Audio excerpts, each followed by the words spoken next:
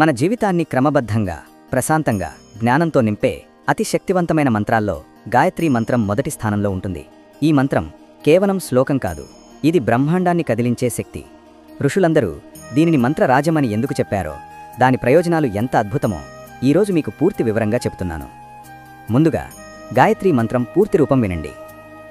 ఓం భూర్భువస్వః తత్సవితుర్వరేణ్యం భర్గో దేవస్య ధీమహి ధియో యో నః ప్రచోదయాత్. ఇది సంస్కృతంలో ఉన్న అత్యంత పవిత్ర మంత్రం. ఇప్పుడు దీని అర్థం, శక్తి, జప విధానం స్పష్టంగా చెప్తాను. మంత్రంలోని ప్రతి పదానికి ఒక సృష్టి రహస్యం దాగి ఉంది.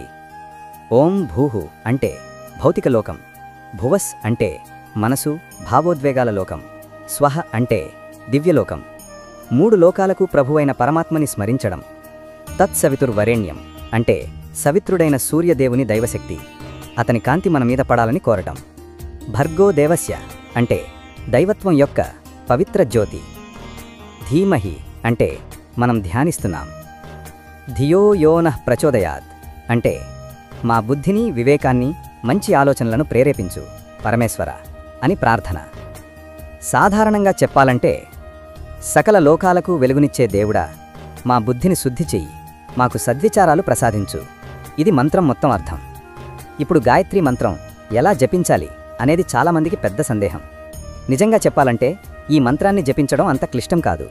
మనసు శుభ్రంగా ఉంటే, మన ఉద్దేశం పవిత్రంగా ఉంటే సరిపోతుంది. జపం చేసే సరైన సమయం ఉదయం సూర్యుడు ఉదయించే సమయం. అది సాధ్యం కాకపోతే సాయంత్రం సూర్యాస్తమయం సమయము చాలా మంచి సమయమే.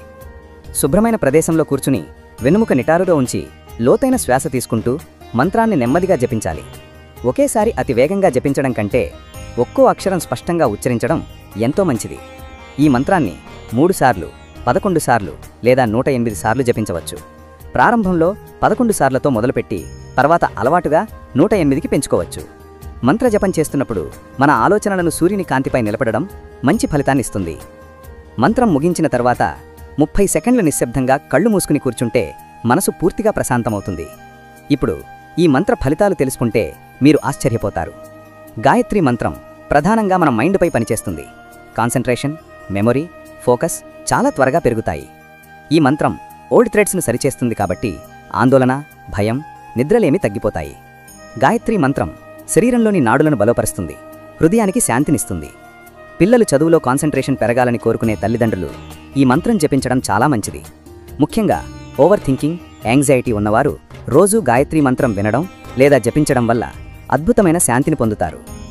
అంతేకాదు, శాస్త్రాలు చెబుతున్నాయి, గాయత్రీ మంత్రం జపించే వ్యక్తి ఔరా చాలా పవిత్రంగా మారుతుంది.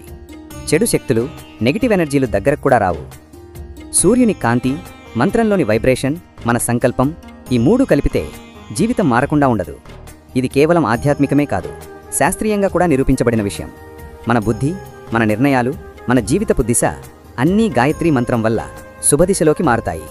ఈ మంత్రం జపించేవారు కోపాన్ని వదిలేస్తారు, మనసు స్థిరంగా ఉంటుంది, ధైర్యం పెరుగుతుంది.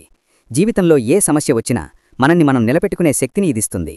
ఈ వీడియో ముగించే ముందు ఒకే మాట, రోజు ఉదయం ఈ మంత్రాన్ని 1 నిమిషం జపించండి.